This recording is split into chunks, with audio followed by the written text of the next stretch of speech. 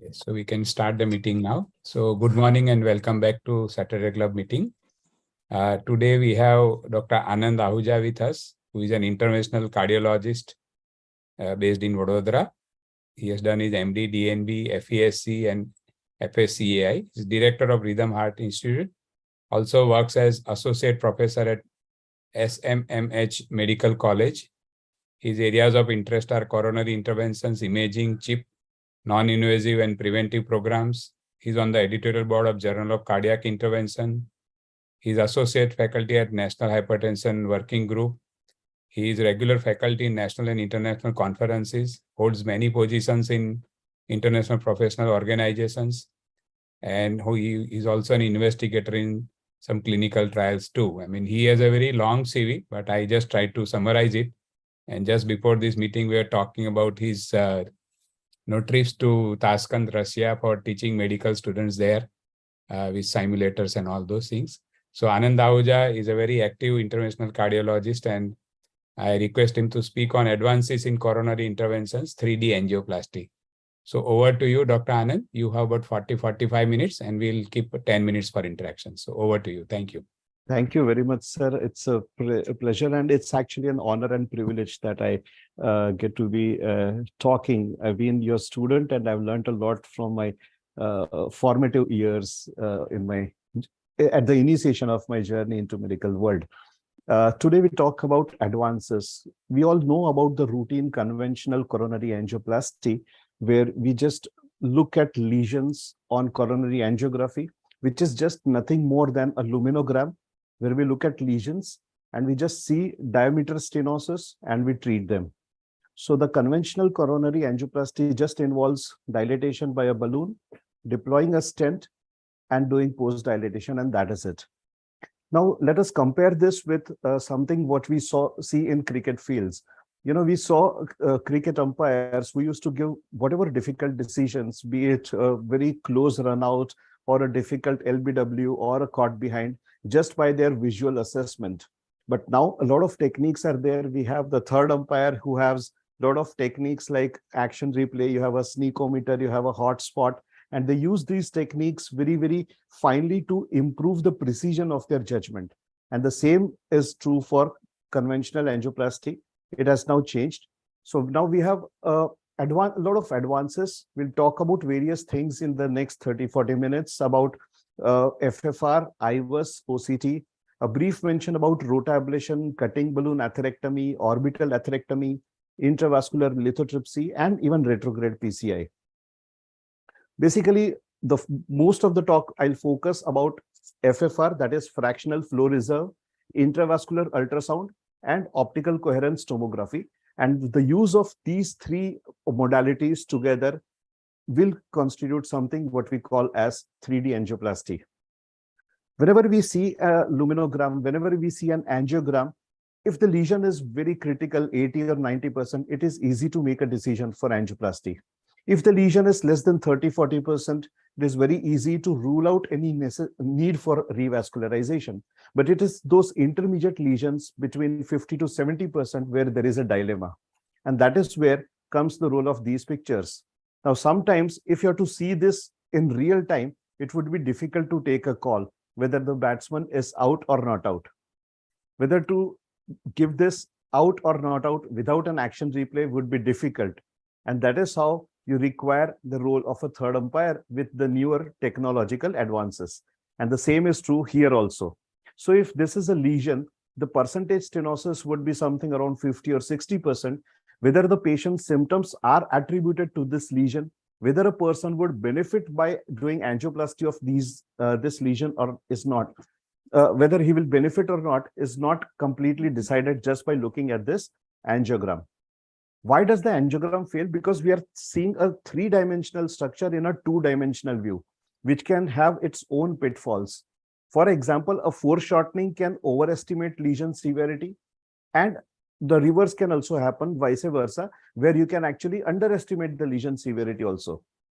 Most of the times, the lesions are not concentric, they're actually eccentric, sometimes very, very irregular, and even stellate lesions also, where the luminogram could actually appear normal due to a false interpretation on a 2D angiogram. So because of these drawbacks, angiography fails in a certain number of cases to correctly identify the reason or the cause for a patient's symptoms, or might wrongly attribute a lesion to a patient's symptom, and the patient then does not benefit by revascularization. So these are some major limitations in assessing complicated lesions. For example, a stellate lesion, which is very, very irregular, might appear normal on angiogram, and the patient's lesion could be missed. Using or taking or completely relying on coronary angiography to make complicated decisions, especially life-threatening decisions, can have its own consequences, and that can only be understated. So therefore, we need something more, which is now what we have now. We have now complete anatomical assessment in terms of intracoronary imaging by the use of IVUS or OCT. And we also have now functional assessment, that is a physiological assessment, whether a particular lesion is reducing blood supply or not. So this has improved the assessment of coronary lesions by using the fractional flow reserve technique, which gives us an accurate assessment of the patient's hemodynamic significance of each lesion. And you have the IVUS or the OCT techniques, which can look at precise visualization of the intracoronary anatomy and plaque characterization, which was previously not possible by conventional angiography. So basically, we're looking at two things, anatomy and physiology, in two clinical settings.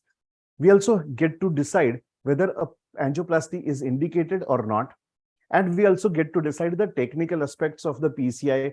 What is the characteristic of the lesion? What is the size of the vessel? Where to land the stent?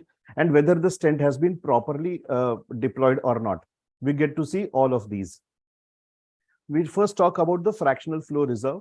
This is a catheter with a Doppler wire at the tip, which can actually measure the flow as well as the pressure. So you have the flow and pressure sensor at the tip, which can be connected to a console. And this is the way how it is measured. So across the lesion, a wire is passed.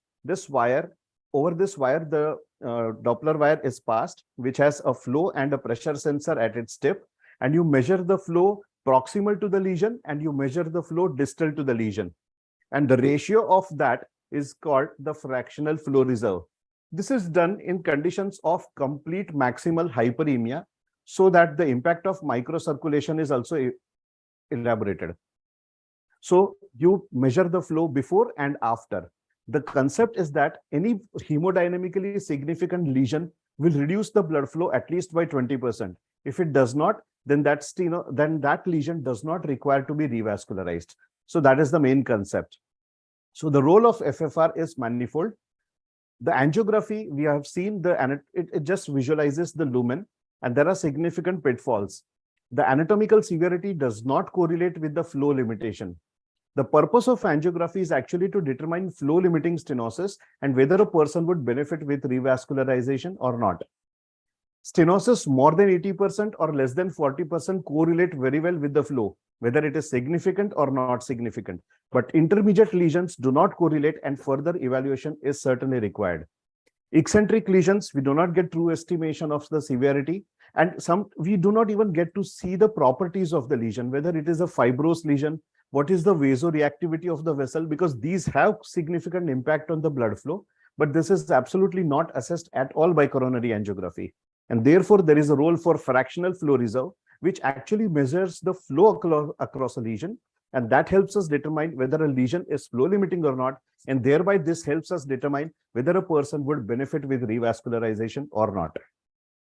So FFR is the ratio of distal to proximal pressure during periods of maximal hyperemia. This is not affected by the microcirculation, and it is not affected by hemodynamic conditions. The usual ratio is around 0.94 to 1, and anything less than 0.75 is certainly abnormal. It correlates with a positive functional test like thallium scan, dobutamine stress echo, stress testing, etc., with an accuracy of 88% sensitivity, 100% specificity, 100% positive predictive value, and 88% negative predictive value. So it's a very, very sensitive and a specific marker. Of course, there would be some borderline cases between 0.75 and 0.8 where you would still have some doubts, but more than 0.8 certainly rules out ischemia with a positive predictive value of 95% and above. There is another test called instantaneous flow reserve, which is not done without hyperemia, where the cutoff is 0.89.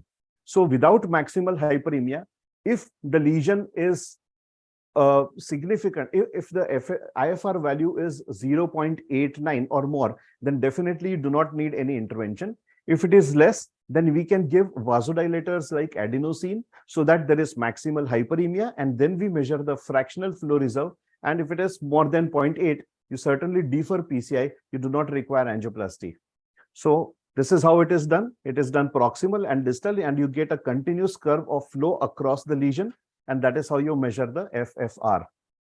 The impact, let us all remember that what we are seeing is just the macro circulation, the epicardial vessels, where the maximal stimulus for vasomotion is blood flow.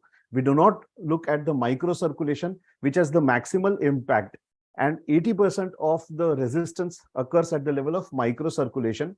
And that is where you require a very potent vasodilator like adenosine to remove its impact.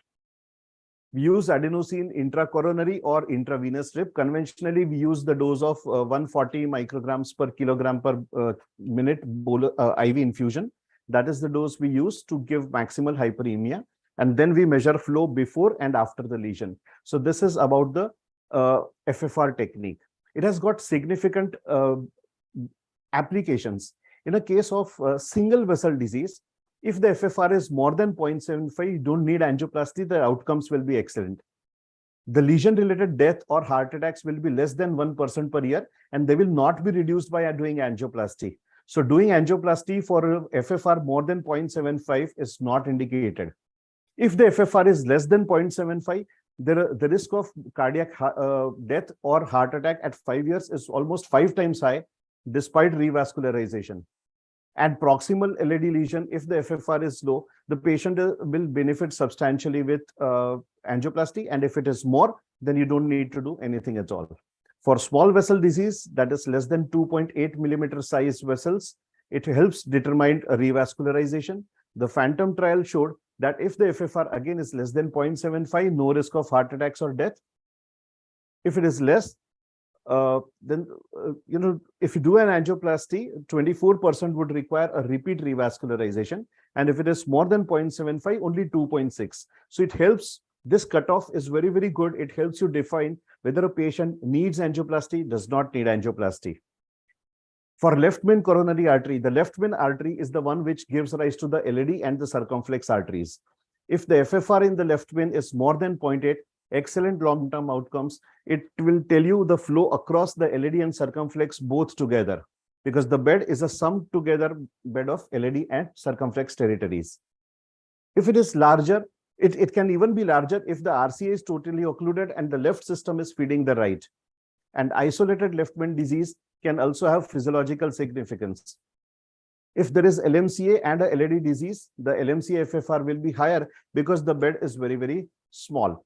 And the FFR alone cannot be properly evaluated in those situations. If there are tandem lesions, that is, there are 2 lesions or more than 2 lesions with a normal segment in between, are both to be treated? You need a long stent. Do you need 2 stents? That can also be determined by using FFR. So what you can do is, if the FFR across the first lesion is less than 0.75, you treat the first lesion. You do a balloon angioplasty and repeat FFR. If the FFR improves, you do not need to treat the second lesion. But if it remains less than 0.75, you also need to treat the second lesion. So it also, if there are multiple lesions, do all of them require angioplasty or not? Even that can be determined by doing FFR. Multivessel disease, it can help determine angioplasty in this cases also. It can help reduce the number of stents, and this will help improve the 2-year outcomes. People who undergo a revascularization based on FFR will have lower risk of death, heart attacks, and repeat revascularizations. And if it is more than 0.8, of course, the excellent outcomes will be excellent. Side effects are very less, and absolute MACE risk reduction is by almost 4.5%. It also helps in changing strategies. Let us see an example. On the panel, you can see a triple vessel disease where there are multiple blockages, 80%, 70%, 80%, 80%. If you do not do FFR, this patient would be required to undergo bypass surgery. But if you do FFR and you see that some of the lesions are more than 0.8, The distal LAD is 0.89. The circumflex, it's a small territory, so FFR is 0.9. So this is actually, although anatomically a triple vessel, but functionally it is only a double vessel disease. So just an angioplasty is sufficient. The other non-flow limiting lesions do not require any treatment. So even the strategy of revascularization can change from a bypass surgery to angioplasty in such cases. So this is how FFR helps us even change the line of treatment. And if you see the risk of endpoints, the risk of death and heart attacks, if you do angioplasty, angiography guided PCI versus FFR guided PCI, FFR guided PCI will reduce the risk of death or heart attack by almost 40%. All-cause mortality is reduced when you do FFR guided angioplasty. Cardiovascular death is also reduced, and risk of heart attack is also reduced substantially when you do FFR guided angioplasty. That is a definite documented objective evidence of ischemia, not just a visual or anatomical assessment of lesion severity. The FAME trial showed that people who have a moderate or intermediate levels of stenosis, if you do a FFR guided angioplasty, the number of stents required are also less. Risk of death, heart attack, or repeat revascularization at 1 year is also substantially less. And 1 year angina-free survival is also better when you do FFR guided angioplasty. So therefore, FFR guided documentation, objective documentation of ischemia helps determine which patients would actually benefit and which patients should not be touched. So that is the advantage of this. And 0.85 is cut off. In fact, there was a very interesting study where FFR in one particular case was only abnormal in 25% of cases. And this was compared with visual assessment of 2 experienced cardiologists. And let us see what the outcomes were. The actual FFR low was found is in only 25% cases, but one cardiologist found that it is abnormal in 60%, and another senior cardiologist found abnormal in 95% cases. So how visual assessment can be faulty even in experienced eyes is highlighted in this particular case, where a lot of patients would have wrongly underwent revascularization when it was not required, as if all those patients had to undergo a true FFR or true objective assessment. For example, this particular case, circumflex and the obtuse marginal branches appear very significant, almost 80-90%, but FFR are normal. So then these lesions can be left alone. A proximal RCA lesion, which apparently looks like 80%, FFR is normal. So this can be very well left alone. So these are the cases. Of course, there are certain limitations. It can be falsely negative in acute coronary syndrome or microvascular disease. Bypass graft lesions are not properly studied in various trials, and it does not help you very well in assessing whether the angioplasty done is optimal or not. So therefore, you require, along with functional assessment, you also need anatomical better assessment by the use of 2 techniques. One is IVUS and second is OCT. So they help in accurate visualization of the coronary anatomy. They help in plaque characterization, plaque composition, vessel and lumen geometry. Also, it helps you to differentiate whether there is dissection or not, whether the stent is properly placed or not, whether the stent is well expanded, well opposed to the vessel wall or not. All these things can be seen by IVUS or OCT techniques. And actually now we can even do a virtual histological assessment. We'll see how. So this is a kind of IVUS catheter which we pass inside the coronary artery, and it is connected to a console. And the console can show us these techniques. So these are the kind of transducers. It works on the simple ultrasound technique where the catheter it passes, and as it passes across various lesions, it sends out ultrasound, and the reflected waves are converted into visual signals, and you actually keep mapping the artery in real time. This is done in real time, so it does not waste any time also. So this is a very, very fantastic technique where you can actually get to see the morphology of the lesion. So here you can see in the center, the central round is the wire. Around that is the lumen. The white or the bright echogenic structure is the intima. Behind the intima is the media, and the outermost is the adventitia. So you can actually get to see the various structures of the vessel wall also. This is the beauty. So you can get to see the central IVUS catheter. Around that is the lumen. the intima, media, and the adventitia, which are very, very well seen. This is not seen on angiography, obviously. Here, you can differentiate the types of plaques. It can help you differentiate between a stable plaque and a vulnerable plaque, which has a high risk of having heart attack, even when the lesion severity might not be very high. So if you compare these two panels, you can see the normal on the left panel, you can see a normal artery where the lumen is very good and the intima and the media is very small. The intima is a very thin layer. And on the right panel, you see a diseased where the lumen has shrunken because of significant neointimal hyperplasia because of deposition of fibrofatty plaque all around the vessel wall. You can also help differentiate between soft plaques. These are soft plaques without significant calcium, without a thick cap. These are very, very vulnerable to develop plaque ruptures, plaque erosions, and heart attacks. So these are soft plaques, and these are heavily lipid-rich plaques. These are very, very vulnerable and very high risk. And here you see on the right panel, you see the hard calcified plaques. You see thick plates of calcium. You can see the depth of the calcium, whether it is superficial or deep. You can get to measure the thickness of the calcium and how much well spread is it, whether it is restricted to one quadrant or diffuse, because this helps in determining what strategy should be used to treat this calcium when we do an angioplasty. So this can also be seen by doing a coronary IVUS visualization. So on the left panel, you can see a thin cap with a lipid core. The intimal layer is very thin, and behind that you see a hypoechogenic structure, which is a fatty tissue. So this is a very vulnerable plaque. And on the right, you see bright echogenic structure, that is a fibrotic calcific plaque with a thick layer of intima. So this might cause angina, but very low risk of having heart attacks because it's a stable plaque. You get to actually very detailed or perfect measurement and analysis can be done. You can measure the lumen area, you can measure the actual vessel size, and based on that, you assess the plaque burden. Plaque burden is very important in determining whether angioplasty is required and where to land the stents. So you actually can get to measure the lumen diameter, you can get to measure the vessel diameter in various axes, and this can help in correct localization of a stent also. Many times there can be positive remodeling where an artery expands on the outer side.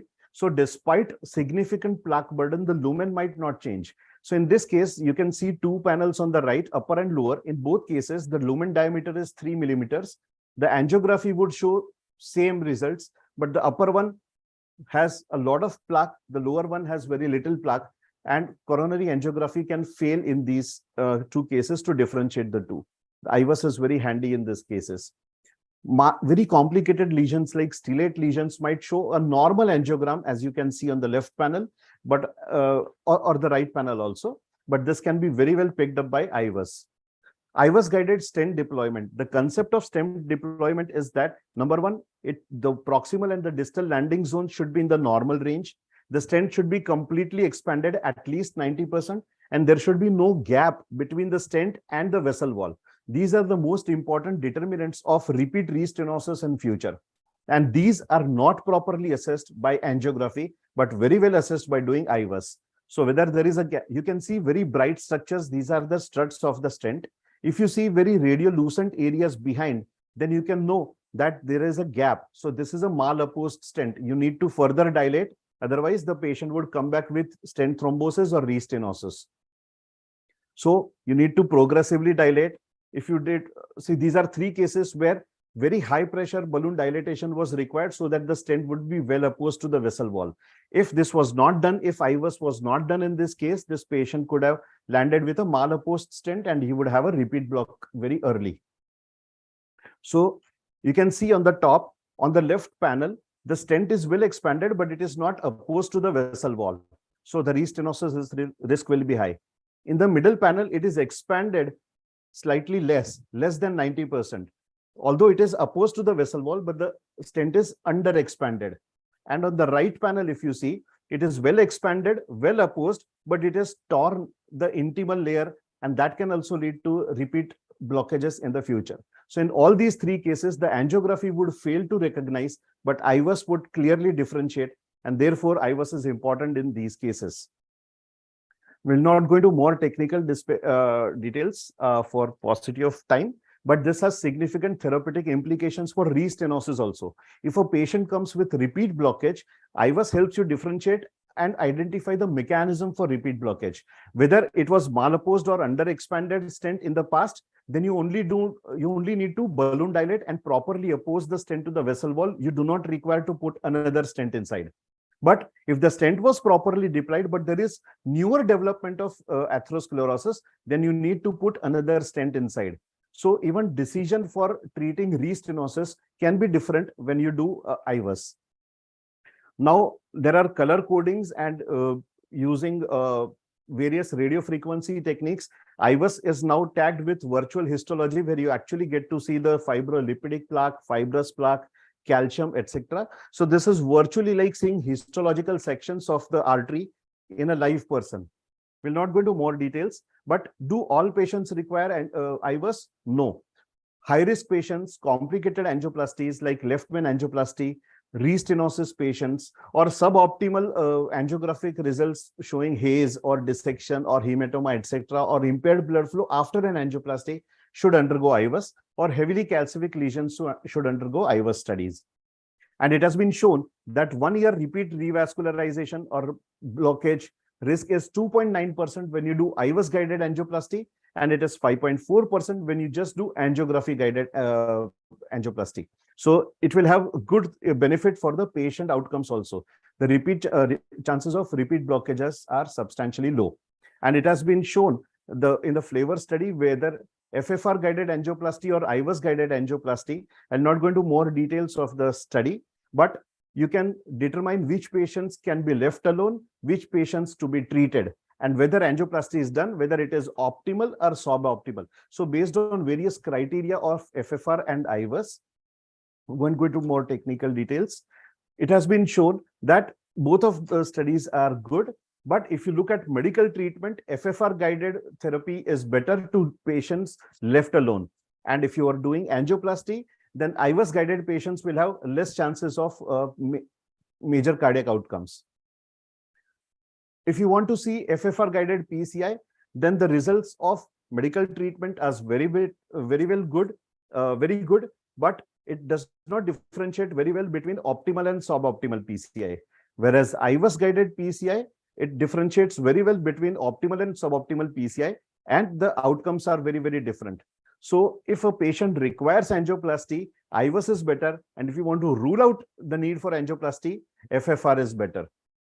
There are various cutoffs. We'll not go into more details, but there are cutoffs like circumflex lumen less than area less than 5 millimeter square, LAD less than 6 millimeter, confluence less than 7, and left main area less than 8 millimeters is an absolute risk of repeat blockage. So therefore, these have to be very well treated. So to conclude, these two are complementary techniques, and they use anatomical and physiological assessment. They help to decide whether angioplasty is required. And it has now shifted the paradigm from anatomical assessment to physiological assessment of lesions. FFR is very applicable, and IVUS is very handy in for left main or proximal LAD. Also, when we want to use very minimal contrast for renal failure patients, IVUS can be useful because it does not require any contrast at all. And after doing an angioplasty, whether the result is optimal or not, that can also be very well assessed by doing IVUS or OCT. A brief mention about OCT technique also. Unlike IVUS, where ultrasound technique, here it is the radio frequency technique which is used, and the resolution is far clearer, and the penetration of OCT is less, but the definition, the resolution is far better. The learning curve is very small, so any person can very well estimate. On OCT images, you can see very good assessment of the intima, media, and the adventitia. The lumen is very clearly seen. You can see in panel A, adventitia, media, and intima showing three clear distinct lesions. In the image B, you can see a big calcium between 3 and 5 o'clock. You can see fibrous tissue at 6 o'clock in image C. On D, you can see a superficial calcium in the image D. Image E, you see a significant intimal hypertrophy. You can get to measure the depth of the calcium, as you can see in image F. You see a thick lipid-rich plaque in image G, and H is showing a significant red thrombus inside the lumen. Image I, you can see a very good white thrombus, very well-defined thrombus. J, you see even macrophages. Macrophages are large cells with sizes more than 25 microns. Even macrophages can be seen on OCT. So they are seen just inside the intimal lining with small shadows behind them. So you can actually get to see macrophages. They are a sign of increased inflammation, and these are vulnerable plaques. So this way you can see a lot of tissue characterizations can be seen. So fibrous intima is very clearly seen. On the right panel, you can see a lipid-rich plaque. You can see calcium, whether it is superficial or deep, whether it's a thick chunk of calcium or a small plate of calcium. Even that is very clearly seen on OCT. And you see the OCT images on the left and the IVUS images on the right. So see how easy it is to identify on the left panels on the OCT. And it takes some amount of training to recognize the IVUS images better. So same way, if we see, you can see a red thrombus on the left upper panel. On the right upper panel also you can see that. And you can see intimal hypertrophy, and you also see cholesterol crystals. So differentiation between a red thrombus, which is rich in RBCs, and a white thrombus, which is rich in platelets, can also be done. A thin cap fibrous fibroatheroma can also very well be differentiated. On the left panel, you see very thin layer of intima, very high risk of plaque erosions or plaque ruptures. And you also have 3D revascularization, where you can actually get to see, go through a vessel wall and see the struts, whether they are well expanded or not. There is significant color coding. If it is properly coded, it will show white color. If there is some malapposition, it will show yellow. And if there is marked malapposition, it will be red in color. So you can see a lot of difference in, very thorough. Any student can even recognize whether angioplasty has been properly done or not. So you can of a stent of the vessel, whether the deployment is proper or not. So these are a lot of advantages of doing angioplasty using the OCT technique. And of course, there are plenty of studies which have shown that OCT guided angioplasty is far better, far superior than just angiographic or visual assessment guided angioplasty. The MACE risk is high when you do just angiographic guided angioplasty. Repeat revascularization, cardiovascular mortality is also high. That can be very well treated when you do IVUS or OCT guided angioplasty. There is no real head-to-head comparison. There are different situations where you do IVUS and different situations when you do OCT. But basically, when you do imaging guided angioplasty, the results are far better. The results are almost 36% reduced risk of target vessel failure, 50% reduced chances of endpoints at 5 years. And at every stage, at 1 year, at 2 years, at 3 years, all along, the chances of repeat blockage are less when you do IVUS or imaging guided angioplasty versus just visual assessment or angiography guided angioplasty. There are plenty of trials which have shown this. We'll not go into more technical details of trials, but this is just like doing using a third umpire. Should you use these techniques in all? No, you don't use the third umpire for all decisions, only for doubtful decisions, or when the stakes are too high, you don't want to make any small mistake also. That is when you take the help of a third umpire. That is where we do a 3D angioplasty using FFR, IVUS, or OCT. When the stakes are high, when the lesions are complicated, or when there is a substantial risk to a patient, maybe a sole surviving vessel, you don't want to take any chances at all. That is when you do imaging guided or FFR guided angioplasty. This collective use of FFR and IVUS OCT is called 3D angioplasty. After this, we'll just go through a few basic new things. We'll not go into more details, but a lot of calcium related plaques are not very well properly treated by just balloon angioplasty. So for those, now we have a rotablation. We have a burr which is coated with diamond studs, and this diamond burr rotates at 1,80,000 to 2 lakh rotations per minute, which actually cuts through various calcific plaques, and that treats lesions very well. So this is how rotablation is done. where even calcific vessels, which will not be properly treated by balloon angioplasty, can very well be treated by doing rotablation. So we can very well treat. So these patients who used to previously go for bypass surgery can now be treated by rotablation. Now this is the balloon atherectomy, where there are sharp wires on the surface of the balloons all along circumferentially. So when we pass a balloon, it can increase. I'll just show you how it works. So it cuts through hard calcific plaques because there are blades on the top, on the surface of the balloon. There are sharp wires on the surface of the balloon, and that can actually cut through the very stiff fibrotic or calcific blockages. And they help in improving the lumen size much better. And this improves the long-term results of the angioplasty.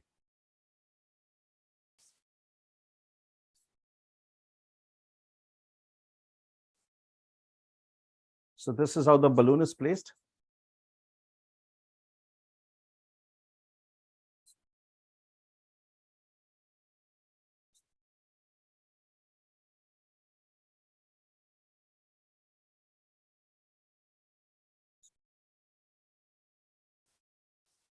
So this will completely improve the vessel size.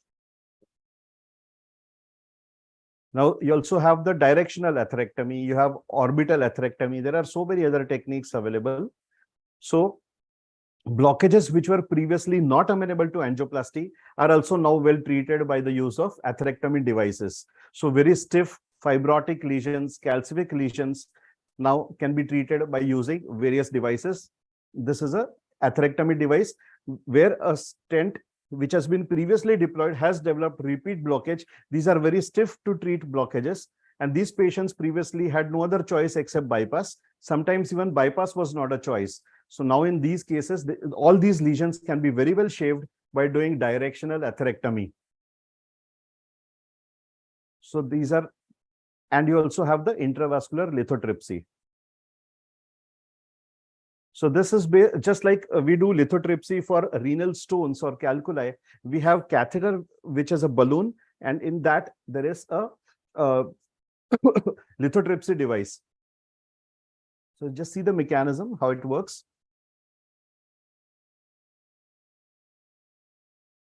So balloon is just optimally expanded so that there is good contact between the lesion, and then there are inside there are couplers which facilitate energy transfer. So through radio frequency waves, it clears the blockages and it helps better lumen expansion, and lesions are very well treated. So very hard calcific lesions can be properly treated with the use of intravascular lithotripsy.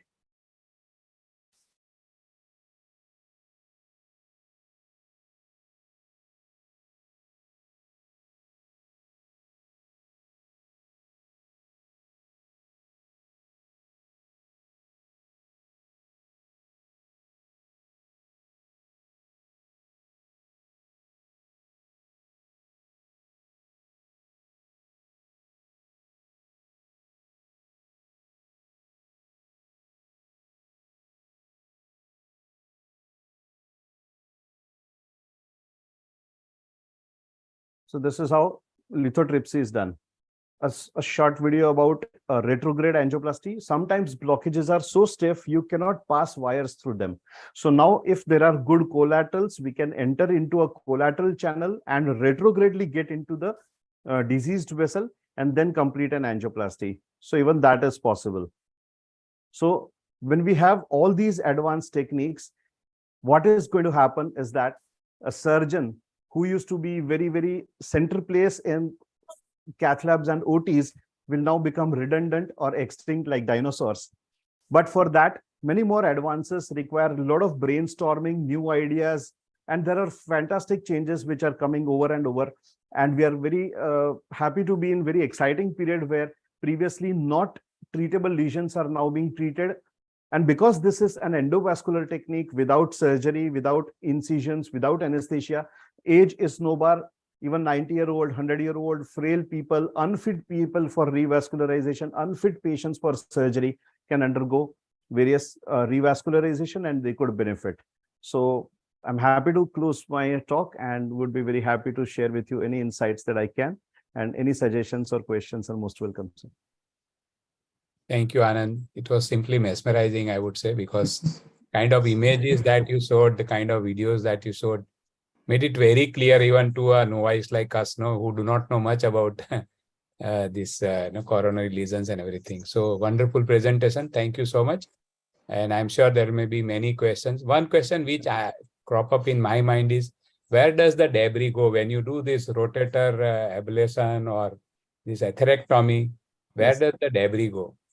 Sir, the majority of them are, it is just squeezed inside the vessel wall. Okay. Basically, these are proliferation or fatty tissue inside the media, but they protrude inside the lumen. So you squeeze them back into the media. But when you do rotational atherectomy, then a lot of microparticles are generated which go into the microcirculation.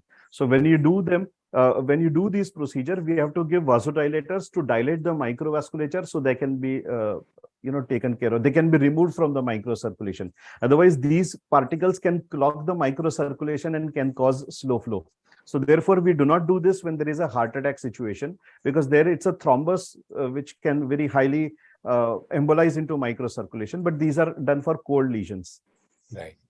And this 3D technology, how do you decide whom to use? I mean, is it assembled in one single catheter that you pass, or you have to redo the whole thing when you choose to do, say, OCT or IVUS or this thing? I mean, is it part of the one assembly, or you have to decide on the spot? Sir, until now, we did not have one assembly. We have a separate console, separate catheter, separate wire for FFR, for IVUS and OCT. So we decide what we want to do. If we want to do FFR, we bring in the FFR assembly. We want to do IVUS, we bring in the IVUS assembly. Now, next year onwards, we are going to have integrated consoles, integrated catheters, which will be able to do everything in one catheter, one console. But right now, if you want to do physiological assessment, you want to measure flow limiting stenosis, then you do FFR. And whether you want to do OCT or IVUS, we have to decide beforehand. They are all separate consoles so far. Right. So with this technology, you take longer time to do angiography as well as angioplasty, right? Because earlier they were finishing in few minutes or 1 hour or so. Now you take longer because you have deploy all these, with the various techniques one by one for optimization of stent placement. Sir, it hardly takes a few minutes more, because once the cath lab team is ready, the assembly is very quick. You just pass a wire and this is done. All this assessment is done automatic and in real time. So it hardly takes a few minutes more. So it does not change the procedure time substantially. Okay. So it's just a matter of just a question of few minutes, not much. So if it is automatic, it is decided by computer? I'm sorry, sir, I could not get Sir, you. your voice is not well heard. If it is automatic, is it decided by computer? Sir, computer generated assessment, but of course, we do not completely depend on that. We also overrule and we see on our own also. The computer can make on its own the judgment about the vessel size, the lumen diameter, the plaque burden, the lumen area, even whether a stent is properly opposed or not, properly expanded or not. OCT does all these measurements on its own. So it is AI generated. But of course, we also look at it on our own and decide whether it is appropriate or not. So yes, there is an AI integrated, which completely makes all the assessments in real time. Good morning, Dr. Anand. This is Bide here. Good morning, Very nice session and a paradigm shift in the way we manage coronary artery disease. So, Yes, but I'll not go into the theory. I'll ask just practical questions to you. There are two scenarios. One person comes with acute chest pain and you are taking him for PAMI. And the second is the chronic stable angina. And you are again taking him for coronary. You do not know the anatomy. Then how do you decide, and what will be your approach in these two situations? Sir, in acute coronary syndrome, the first priority is to open the culprit vessel. So there we quickly open by doing a balloon angioplasty. After that, if the lesion appears to be stable and simple, you do not require any complex imaging techniques. You just deploy a stent. But if it's a very calcific vessel, if it's a very ulcerated kind of lesion, or after doing an angioplasty, the result is hazy, the flow is slow, then to determine why this is happening, why you did not get the best results, in that situation, you can do imaging. In chronic stable angina, if it's a bifurcation lesion, if it's a left main lesion, if it's a very calcific lesion or a very irregular kind of lesion or multivessel lesions, and you want to decide which ones are important to be treated, or sometimes a patient comes with chest pain and you see 250 or 60% lesions, you don't know which one of them is causing ischemia and which one will benefit by revascularization, which will not. So in these kind of situations, we decide to go for either functional imaging, functional testing in the form of FFR, or anatomical testing in the form of IVUS or OCT. So we do this for complicated lesions, not routinely for all simple lesions. So it's just the like a routine conventional angioplasty is not so far gone. No, Totally, sir. because Of course, you said this that is for the deployment of the stent will be better if we are doing these techniques, and all the restenosis occur mainly because the stent was not deployed well. Sir, very a simple thing, before that, before these techniques were there, what we used to see, Indian coronaries were very small and thin. And whenever, sometimes once in a while, we used to get some Caucasians or white people from abroad and we used to do angiography, they used to have very broad and thicker vessels.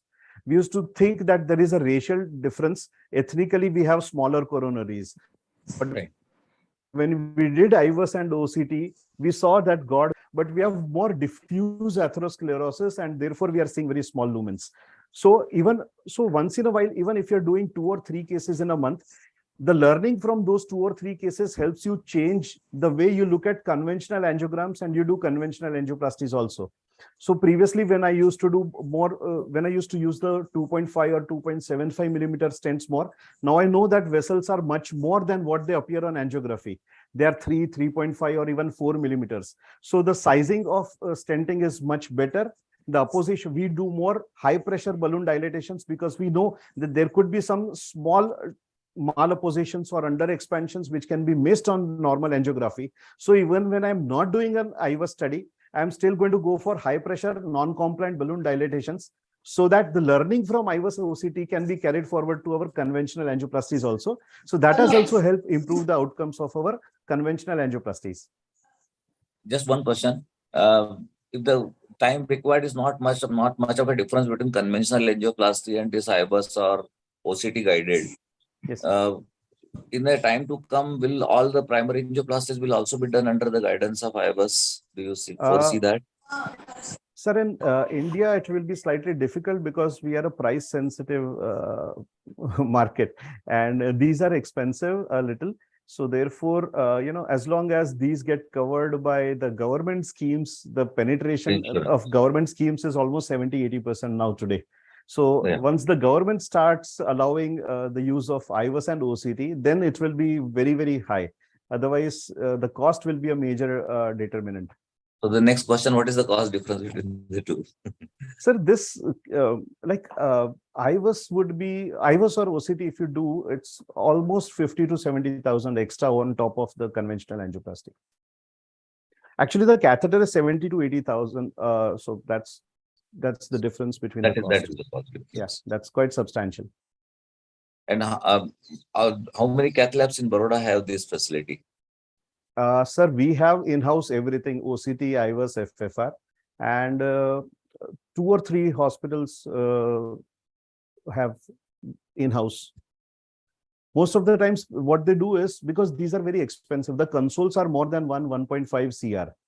So not everyone would want to, and again, you don't get to do this routinely. So the cost of doing is quite high. So therefore, not many would invest. So we invested out of our, love for the science of it.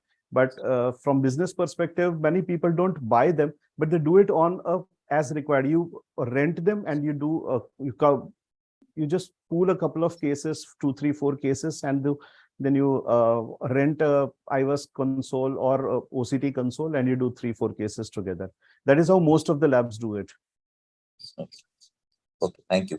You said the learning curve is small.